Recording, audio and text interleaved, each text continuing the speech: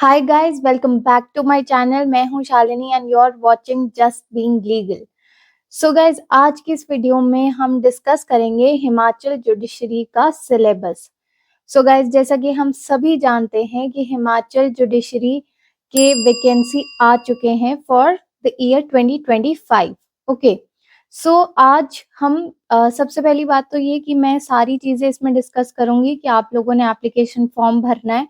Application form भरने के साथ साथ आपने और क्या करना है, वो सब तो ठीक है, वो सब तो आप देख लीजिएगा। लेकिन those who want to just know the syllabus and आप लोग अपना एप्लीकेशन फिल कर चुके हैं या फिर यू नो द प्रोसेस, वो लोग स्किप करें वीडियो को और सीधा सिलेबस वाले पार्ट पर चले जाएं। So guys, now without wasting any time further, let's start with the video. So guys, जो सबसे पहली बात है वो है इम्पॉर्टेंट इंस्ट्रक्शंस। यहाँ पर तो जो सबसे पहली चीज ये बोली गई है वो ये है कि जो ऑनलाइन एप्लीकेशन फॉर्म्स हैं आपके, वो 5 जनवरी 2025 तक ही ओपन है, 11:59 PM तक, यानी कि रात के 11:59 PM तक आपके जो फॉर्म्स हैं वो आपके लिए ओपन रहेंगे। उसके बाद कोई भी ऑनलाइन एप्लीकेशन जो है वो एक्सेप्ट नहीं करी जाएगी। ओके, यहाँ पर इस साल इन्होंने 21 सीट्स निकाली हैं फॉर जुडिशरी। जो साथ ही साथ आपको ऑनलाइन एप्लीकेशन तो फिल करनी ही है, और उसके साथ आपको अपने जो सेल्फ अटेस्टेड हार्ड कॉपीज हैं ऑफ द डॉक्यूमेंट्स की लिस्ट आगे मैं आपको बताऊंगी, उन सभी को विद ऑनलाइन एप्लीकेशन फॉर्म, यानी कि जब आप एक बार अपनी एप्लीकेशन फॉर्म भर देंगे उसके बाद secretary Himachal Pradesh public service commission को आपने इस एड्रेस पर जो आपकी स्क्रीन पर दिख रहा है वहां पर आपको भेजना है। The candidate should also right the name of the examination, यानी कि आपको जो एनवेलप है उसके ऊपर आपको क्लियरली ये चीज लिखनी पड़ेगी, Himachal Pradesh judicial service examination 2024। ठीक है, ये आपको लिखना है एंड आपका एप्लीकेशन नंबर लिखना है on the envelope before submitting it to the secretary. ठीक है, आप लोगों को एड्रेस दिया गया है, आप लोगों को एनवेलप में अपने सारे डॉक्यूमेंट्स सेल्फ अटेस्टेड डालने हैं, साथ ही साथ आपको एप्लीकेशन फॉर्म डालना है। एनवेलप के ऊपर आपका नाम लिखा होना चाहिए और आपका नाम नहीं, the name of the examination लिखा होना चाहिए, यानी कि Himachal Pradesh judicial service examination 2024 आपका लिखा होना चाहिए। और साथ ही साथ आपका वहां पर एप्लीकेशन नंबर जो है वो भी लिखा होना चाहिए आपके एनवेलप पर। ओके, नाउ जो नेक्स्ट चीज है वो ये है कि जो आपकी ये जो हार्ड कॉपीज जानी है, ठीक है, वो उसकी लास्ट डेट है 13/1/2025, यानी कि last date of receipt of requisite documents along with the printout of online application form is 13/1/2025, यानी कि आप लोगों के 13 जनवरी के बाद कोई भी हार्ड कॉपीज की जो डॉक्यूमेंट्स हैं वो नहीं एक्सेप्ट करेंगे। So guys, it is my humble request कि जितनी जल्दी हो सके आप अपना फॉर्म भरिए। आप उनको पोस्ट से भेज सकते हैं या फिर आप उन्हें, अगर आप शिमला के ही रहने वाले हैं, आसपास के हैं और आप शिमला जा सकते हैं, तो बाय हैंड भी जाकर आप उन्हें दे सकते हैं। Okay, now let's see the list of the documents. So guys, जो आपकी लिस्ट है वो डॉक्यूमेंट्स की, वो ये है कि सबसे पहले आपको चाहिए 10th का सर्टिफिकेट, जो कि आपकी डेट ऑफ बर्थ को प्रूफ करेगा for the age proof. Okay, next है आपका बैचलर्स और graduation degree, detailed mark certificate, semester wise marksheets of bachelors and graduation degree, यानी कि यहाँ पर जब आप डॉक्यूमेंट सबमिट करेंगे तो आपको 1 से लेके 10th सेमेस्टर तक की, और जिन लोगों ने LLB जो है वो 3 इयर्स का किया है तो उनके आई थिंक 6 सेमेस्टर्स होंगे, उन सभी सेमेस्टर्स के आप लोगों को यहाँ पर मार्क्स वाइज और सेमेस्टर वाइज जो है आपको अपनी डिग्री जो है और जो मार्कशीट है उनको अपलोड करना है, साथ ही साथ आपको सेल्फ टेस्ट करके उनको वहां पर भेजनी भी है। ठीक है, degree in law recognised by bar council, जो कि आपकी डिग्री आपको मिली है फाइनल डिग्री, वो भी आपको भेजनी है सेल्फ टेस्ट करके। ठीक है, SC/ST OBC certificates must be on parental lineage on the performer prescribed by the government and issued by the competent authority, यानी कि जो अभी आपका SC/ST और OBC का डॉक्यूमेंट है वो भी क्या कहते हैं, गवर्नमेंट के द्वारा इशू होने वाला होना चाहिए। Okay, OBC certificates should not be more than 1 year old, ये चीज आप लोगों को ध्यान रखनी है कि जो भी आपके ओबीसी सर्टिफिकेट्स आप बनवाएंगे वो 1 साल से पुराने के नहीं होने चाहिए। तो जिन लोगों ने नहीं बनाए हैं वो जाकर बनवा लें। यहाँ पर दोस्तों आप अपना 5th पॉइंट ध्यान से देखिए, जहाँ पर ये बात कर रहा है कि आपको क्रेडेंशियल सर्टिफिकेट्स भेजने। सो गाइस, जो भी क्रेडेंशियल सर्टिफिकेट्स हैं वो आपको खुद नहीं भरने हैं, वो आपने ना ही अपने किसी रिश्तेदार से भरवाने हैं।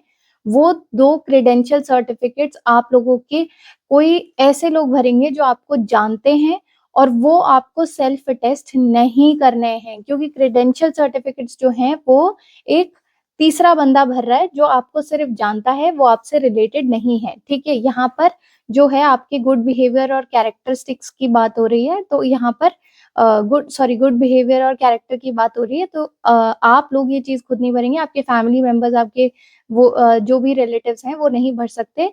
आप किसी अपने नोन से भरवाइए who is not related to you. ठीक है, and you don't have to sign that, यानी कि आपको उसमें सेल्फ टेस्ट नहीं करना है। ठीक है, और bona fide Himachali certificate in case of reserve category candidates. तो जो रिजर्व, तो यहाँ पर इन्होंने ये चीज क्लियर कर दी है कि जो भी हिमाचल के जो रिजर्व कैटेगरीज में आ रहे हैं उनको बोनाफाइडी सर्टिफिकेट जो है वो भी सेल्फ अटेस्ट करके भेजना है। तो देखिए आपने क्या क्या करना है। सबसे पहले अपनी एलएलबी की डिग्री करनी है, आपने एलएलबी की अपनी जितनी भी मार्कशीट्स हैं वो सारी करनी है, आपने अपना क्या कहते हैं 10th का जो सर्टिफिकेट है उसको करना है। साथ ही साथ आपने यहाँ पर जो SC/ST कैटेगरी में है उन्होंने अपना SC/ST कैटेगरी का सर्टिफिकेट, और साथ ही साथ बोनाफाइडी जो हिमाचल प्रदेश का है वो आप लोगों ने सबमिट करना है, और इन सभी को सेल्फ अटेस्ट करना है। लेकिन जो क्रेडेंशियल सर्टिफिकेट्स हैं उनको आप लोगों ने अटेस्ट नहीं करना है। ओके, अब आप लोग पूछेंगे कि सेल्फ टेस्ट कैसे करना है। तो सेल्फ टेस्ट करने का सबसे इजी तरीका होता है कि आपने ऊपर लिखना होता है, मतलब अपने डॉक्यूमेंट के सबसे नीचे आप लोग ऐसे लिखेंगे सेल्फ अटेस्टेड, और साथ ही साथ आप उसमें नीचे अपना साइन कर देंगे, और बहुत ही अच्छा होगा आप अगर डेट भी डाल दें तो। Okay, now moving on to हमारा एसेंशियल क्वालिफिकेशंस क्या क्या है। तो एसेंशियल क्वालिफिकेशंस जो है हमारी वो ये है कि candidate must B citizen of India, जो कि ऑब्वियसली हमें आशा करती हूँ कि आप सभी होंगे। A candidate must be holder of degree in law as recognised by the bar council of India on 5/1/2025। ठीक है, आप लोगों की जो डिग्री है वो आपके पास होनी चाहिए। प्रोविजनल जो डिग्री है उसके साथ भी आपका एग्जामिनेशन आप दे सकते हैं। ठीक है, एज लिमिट जो है यहाँ पर वो आपकी 35 ईयर्स से ज्यादा नहीं होनी चाहिए। Okay, now moving on to the main part which is the syllabus part for the prelim examination. So guys, prelims के लिए जो आपका सिलेबस है वो, पहली बात तो आप ये देख लीजिए कि ये जो एग्जाम है वो होता है 3 घंटे के। उसमें पहले होता है सिविल लॉ, फिर होता है सिविल लॉ 2, फिर होता है क्रिमिनल लॉ। ठीक है, तीनों में आपके 50 क्वेश्चन आएंगे। हर क्वेश्चन जो है वो 2 मार्क्स का है। आपका जो पेपर है वो टोटल जो है 100 मार्क्स के ईच होंगे पेपर, और आपका जो टोटल मार्क्स है वो 300 बनता है। जो लास्ट ईयर की कट ऑफ थी वो अराउंड आई थिंक 225 के अराउंड थी। तो इस बार आप लोगों ने मेक श्योर करना है कि जो आपकी कट ऑफ जो है वो जा सकती है 240 तक, क्योंकि देखिए काफी टाइम से कोई जुडिशरी नहीं आया है। तो आप इस चीज को मद्देनजर रखिए कि बच्चे जो हैं वो राजस्थान जुडिशरी के बाद से तब से बस प्रिपेयर ही कर रहे हैं। Everyone was waiting for judiciary. तो यहाँ पर हिमाचल जुडिशरी में इस बार मुझे लगता है कि काफी टफ कंपटीशन होने वाला है। Okay, now moving on to our syllabus part. So guys, जो हमारा सिविल लॉ 1 का है उसमें सिलेबस है आपका CPC, evidence act, stamp act, Himachal Pradesh courts act and specific relief act. Okay, यहाँ पर जो मेजर पोर्शन है जिसमें सबसे ज्यादा क्वेश्चंस आते हैं, यानी कि 10 से लेके 15 क्वेश्चंस तक हम एक्सपेक्ट कर सकते हैं फ्रॉम CPC, एविडेंस ऑब्वियसली। बाकी सभी में आपके SRA भी अच्छा खासा, I think 6 to 7 questions from SRA we can expect. Okay, civil law 2 में जो क्वेश्चंस हैं वो यहाँ पर कॉन्ट्रैक्ट एक्ट और हिंदू लॉ से बहुत ज्यादा आते हैं। उसके बाद ट्रांसफर ऑफ प्रॉपर्टी एक्ट से आपके क्वेश्चंस ज्यादा देखे जाएंगे।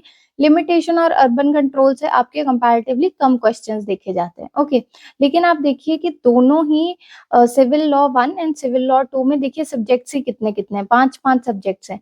तो आप अंदाजा लगा लीजिए कि क्वेश्चंस कि आप यहाँ पर कोई भी एक सब्जेक्ट छोड़ के नहीं जा सकते हैं। आप कोई सब्जेक्ट भी सिविल लॉ में छोड़ के जाने की गुंजाइश नहीं रख सकते हैं। Okay, now moving on to हमारा क्रिमिनल लॉ का सिलेबस, जो कि हमारा थर्ड एग्जाम होता है। यहाँ पर हमारे पुराने लॉज ही आ रहे हैं। जैसे कि हम सभी को पता है कि हिमाचल प्रदेश ने ऑलरेडी बोल दिया कि 2025 तक जो भी एग्जाम्स होंगे उसमें पुराने लॉज पूछे जाएंगे, नए लॉज नहीं पूछे जाएंगे।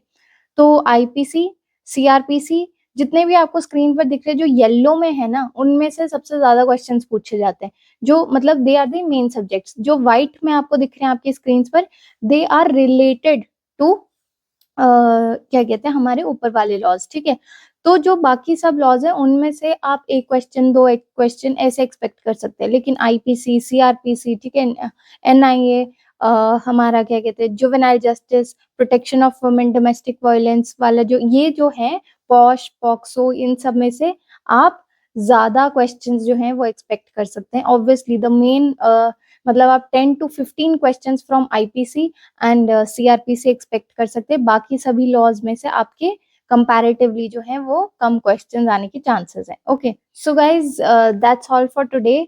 मैं इन सभी देखिए बड़े लॉज को तो शायद कवर करना थोड़ा मुश्किल हो जाएगा, क्योंकि यहाँ पर जो ऑलरेडी आई एम श्योर कि आईपीसी एंड अगर आप लोग प्रिपेयर करें आईपीसी, सीआरपीसी आप सबने पढ़ा होगा। अगर मुझसे हो पाए तो मैं पक्का करूंगी और पुराने क्वेश्चंस को पक्का डील करूंगी नेक्स्ट वीडियो में। जो छोटे लॉज हैं, मेरा एम रहेगा कि जल्दी से जल्दी आपको पुराने लॉज, जो छोटे लॉज हैं हमारे हिमाचल प्रदेश में जो आ रहे हैं, उनके साथ मैं आपकी एक वीडियो लेके आऊं, ताकि आप लोगों के लिए बहुत इजी हो जाए। एंड आई विल ट्राई कि जो पुराने हमारे क्वेश्चंस आए फ्रॉम द माइनर लॉज उनको भी उसी वीडियो में कवर करूं, so that you don't have to go anywhere else and you don't have to go and watch different videos for one single law. Okay, so guys that's all for today. I hope आप लोगों को ये video पसंद आएगी। Kindly like, share and subscribe to my channel. All the best for Himachal judiciary preparation, and if you have any doubt you can put it in the comment section below. Thank you so much.